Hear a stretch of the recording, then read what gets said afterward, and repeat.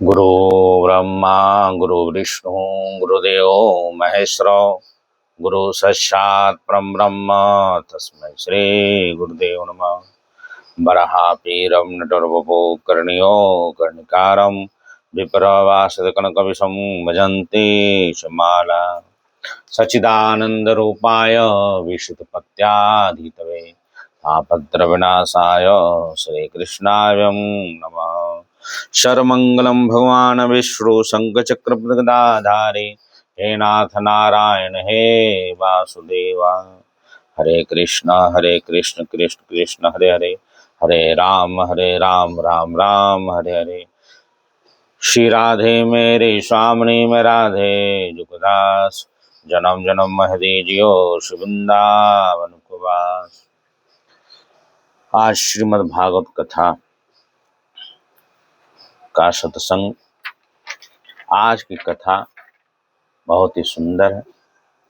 एक बार युधिष्ठिर राजसी योग करने के लिए सभी राजाओं को निमंत्रण दिया था। उसमें भगवान श्री कृष्ण भी आए थे। भीम के द्वारा जरासंध को मरवाकर राजसी योग करने का उचित स्थान युधिष्ठिर को बनाया। उसमें शिशुपाल भी आया था।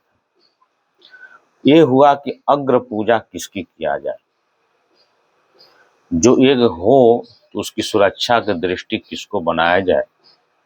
सबने एक स्वर से कहा कि भगवान श्री कृष्ण को ही अग्र पूजा किया जाए और उनको ही मुखिया बना दिया जाए। लेकिन शिशुपाल जो है द्वेष करता था भगवान को। नित्य सुबह 99 गाली जो है वो देता था, क्योंकि जब पैदा हुआ था उसके 4 हाथ 3 नेत्र थे। आकाशवाणी से माता ने उनके पूछा कि इसकी मृत्यु कैसे होगी। तब उन्होंने बताया, आकाशवाणी ने बताया था कि जो इसको गोद में लेते ही 1 नेत्र 2 हाथ गायब हो जाए, समझ जाए मृत्यु उन्हीं से होने वाला। तो उनकी माता समस्त राजा जब आते तो उनके गोद में उनको सुला देती, मतलब दे देती। इसी तरह भगवान श्री कृष्ण भी आए थे। जब उनको गोद में लेकर खिलाए 1 नेत्र 2 हाथ गायब हो गया। तब उनकी बुआ शिशुपाल की माता ने कहा, हे बेटा, क्या तुम अपने अनुज छोटे भाई को मारोगे? तब भगवान श्री कृष्ण ने कहा था कि हे बुआ, इसकी 99 गलती 100 गलती जो है इसकी हम माफ कर देंगे। जब 101 हो जाएगा तब इसका हम वध करेंगे, हमको क्षमा करिएगा। तो डेली ये जानता था कि हमारी मृत्यु श्री कृष्ण से होगी, इसलिए डेली 99 गाली ये भगवान को देता था।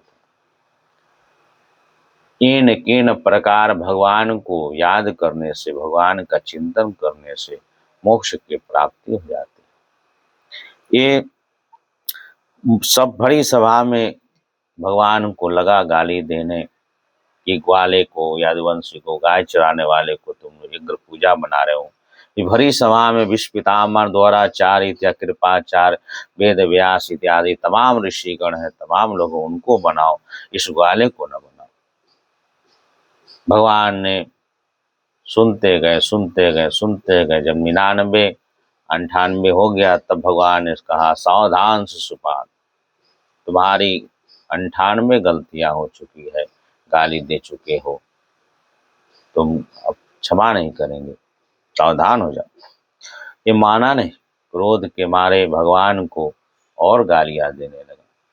जब 101 हुआ तो भगवान सुदर्शन चक्र से उसका गला उतार दिया और देखते ही देखते उसमें आत्म ज्योति प्रकट हुआ और भगवान श्री कृष्ण के चरणों में जाकर समा गया। युधिष्ठिर जी को देखकर बड़ा ही आश्चर्यचकित हुआ, ये क्या है?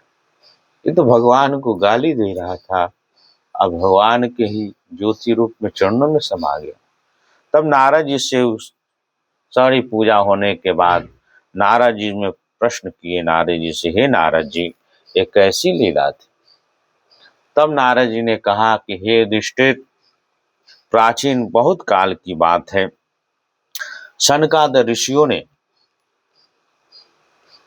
सभी जगह विचरण करते करते हरि शरणम का गुणगान करते करते वैकुंठ लोक में पहुंचे। 6 द्वार जब पार कर गए, 7वें द्वार पे जय और विजय नाम के यही पार्षद, उन्होंने उनको दर्शन जाने से अंदर मना कर दिया।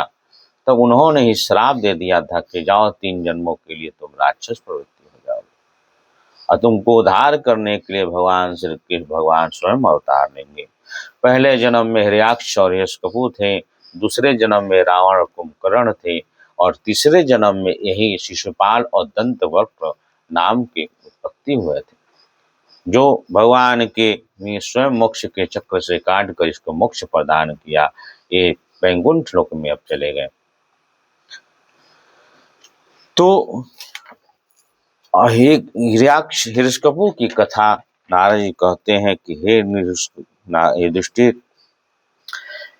जो जय थे वो हिरण्यकशिपु थे, उनका 4 पुत्र थे। प्रहलाद, जो हिरण्याक्ष को भगवान ने जब मार दिया था, तब ये जो है तपस्या करके भगवान ब्रह्मा से वरदान मांगा, मैं किसी भी चीज से न मरूं, न दिन से, न रात से, न शाम से, न सुबह से, न अस्त्र से, शस्त्र से, न पानी से, न आकाश में, न देवता से, न पितर, किसी से मेरी मृत्यु न हो। तो तपस्या करके आया, तो एक बार पहले गया था तो बृहस्पति देव ने तोता का रूप धारण करके नारायण नारायण नारायण करके इसकी तपस्या भंग कर दी थी। लौट के चला आया था। जब थोड़े ही समय में लौट कर आया, क्याधु ने देखा कि अरे हमारे पति देव तो लौट कर आए, क्या हुआ पति देव, क्यों लौट कर आएगा? तब उन्होंने कहा एक तोता ने नारायण नारायण नारायण करके जो है हमको परेशान कर रहा था, इसीलिए मैं चला आया। क्याधु भगवान की भक्त थी, वो समझ गए कि इसके मुख से भगवान नारायण का नाम निकला है, क्यों नहीं इसकी नारायण नारायण का जप करवा दो। खाते पीते जब भी कहते हे स्वामी, वो तोता क्या कह रहा था, तब ये बोलता नारायण नारायण नारायण करता था, क्योंकि क्याधु से बहुत प्रेम करता था। ऐसे करते करते करते 108 बार उन्होंने नाम ले लिया दिन भर में। क्याधु ने रात को पति का संयोग प्राप्त किया, नारायण करते करते उसके गर्भ में स्थापित हो गया, और वो भक्त राज प्रहलाद उसमें गर्भ में ठहर गए, जो भगवान के बहुत बड़े भक्त थे। जब वो पैदा हुए तो उन्होंने शिक्षा के लिए वहां पे आश्रम में भेजा। शुक्राचार्य के 2 पुत्र थे, और षंड और अकमक। जब वहां से लौट कर आया तो हिरण्यकशिपु ने पूछा कि बेटा तुम बताओ, तुमने गुरुकुल में क्या शिक्षा प्राप्त किया है?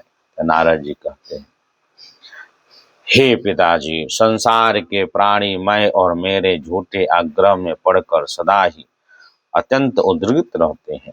ऐसे प्राणियों के लिए मैं यही ठीक समझता हूँ कि वो अपने अधपतन के मूल कारण घास के ढके हुए अंधेरे कुएं के समान इस घर को छोड़कर वन में चले जाए और भगवान श्री हरि का शरण ग्रहण करें। जब नारद जी ने ऐसा कहा, प्रहलाद जी के मुख से शत्रु पक्ष के प्रशंसा से भरी बात सुनकर हिरण्यकशिपु ने ठटा मार कर हंस बोला, और उसने कहा दूसरों के बहकावों में बच्चों की बुद्धि बिगड़ जाया करती है। जान पड़ता है कि गुरु जी के घर पर विष्णु के पक्षपाती कुछ ब्राह्मण भेष बदल कर रहते हैं। बालकों की भांति देख रेख की जाए, जिससे अब इसकी बुद्धि बहक न पाए। इसी तरह हिरण्यकशिपु ने पहला अपराध को क्षमा करके और उनको फिर से गुरुकुल में भेज दिया, और फिर से कुछ काल के बाद, कुछ वर्ष के बाद फिर से हिरण्यकशिपु प्रहलाद के अपने घर लौटे। तब हिरण्यकशिपु ने फिर से प्रश्न कहा, हे चिरंजीव बेटा, इतने दिनों तुमने गुरु जी से जो शिक्षा प्राप्त की है वो हमें भी सुनाओ, अच्छी अच्छी बात सुनाओ। प्रहलाद जी कहते हैं, नौदा भक्ति के बारे में सुनाते हैं। प्रहलाद जी कहते हैं, हे पिताजी, विष्णु भगवान की भक्ति का 9 प्रकार की है। भगवान के गुण लीला नाम आदि श्रवण कीर्तन श्रवण उन्हीं का कीर्तन, उन्हीं के रावोप नाम आदि का स्मरण करना, उनके चरणों की सेवा करना, पूजा अर्चा करना, वंदन करना, दास्य भाव शक्य आत्मनिवेदन करना। यदि भगवान के प्रति श्रवण भाव से ही 9 प्रकार की भक्ति की जाए तो मैं उसे ही को उत्तम अध्ययन समझता हूँ। प्रहलाद जी के बात सुनते ही क्रोध के मारे ऋषिकपु ने उठाकर उनको फेंक दिया और कहा कि हे इंद्रशत्रु, इसको अब बुद्धि बिगड़ गई है, इसे ले जाकर मार डालो। पहाड़ से गिराया गया, समुद्र में फेंका गया, अग्नि में जलाया गया, तरह तरह के सांपों से डसवाने की कोशिश किया, हाथी से कुचवाया गया, लेकिन भगवान भक्त प्रहलाद श्री हरि का नाम जप करते रहे और वो मरे नहीं। भगवान उनकी रक्षा करते रहे। अंत में नरसिंह भगवान रूप धारण करके ऋषिकपु का अंत कर दिया। जय जय श्री राधे, जय जय श्री राधे। सच्चिदानंद रूपाय विशुद्धपत्यादितवे तापत्र विनाशाय श्री कृष्णाय नमः। जय सिया राम, जय जय सिया राम, जय सिया राम, जय जय सिया राम। मंगल मूर्ति मारुति धाम, मंगल मूर्ति मारुति धाम। जय सिया राम, जय जय सिया राम, जय सिया राम, जय जय सिया राम। मंगल मूर्ति मारुति धाम, मंगल मूर्ति मारुति धाम। राम जय जय सिया राम, जय सिया राम, जय जय सिया राम। जय सिया राम, जय जय सिया राम, जय सिया राम।